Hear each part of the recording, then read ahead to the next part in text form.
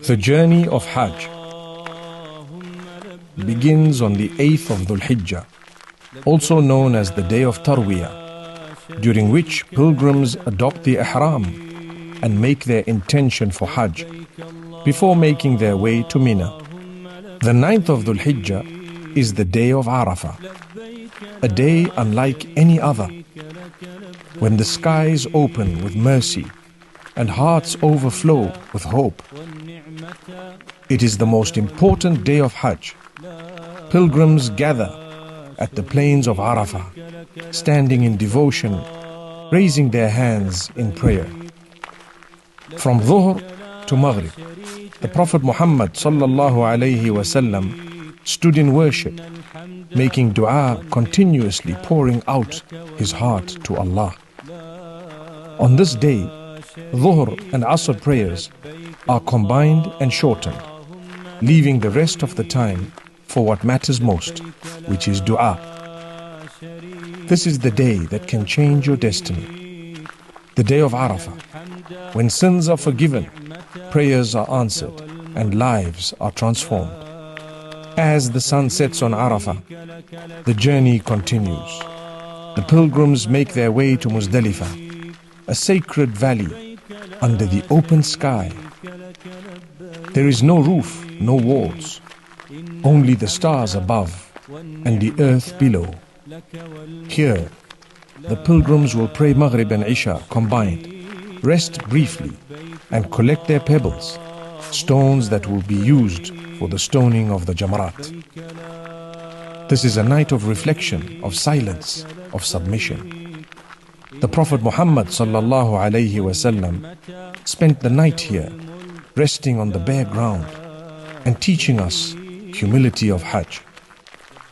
In Muzdalifah, there are no distractions, just you and your Lord. A night to remember, a night to prepare your soul for what lies ahead. The journey continues. It continues to Mina, where pilgrims perform one of the most symbolic rites of Hajj, the stoning of the Jamarat. Here, with 7 pebbles in hand, each pilgrim stands before the pillars, and with every throw, they declare their rejection of evil. Allahu Akbar, Allah is the greatest. With each stone, they follow the footsteps of Prophet Ibrahim alayhi salam, who cast away shaitan, resisting his whispers with faith and obedience. This is more than a ritual.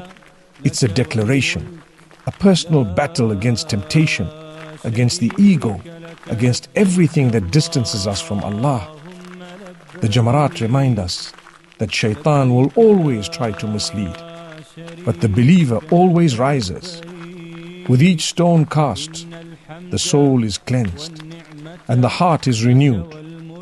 After the days in Mina and the stoning at Jamarat, the pilgrims return to Mecca to continue their Hajj. They begin with Tawaf, walking around the Kaaba 7 times.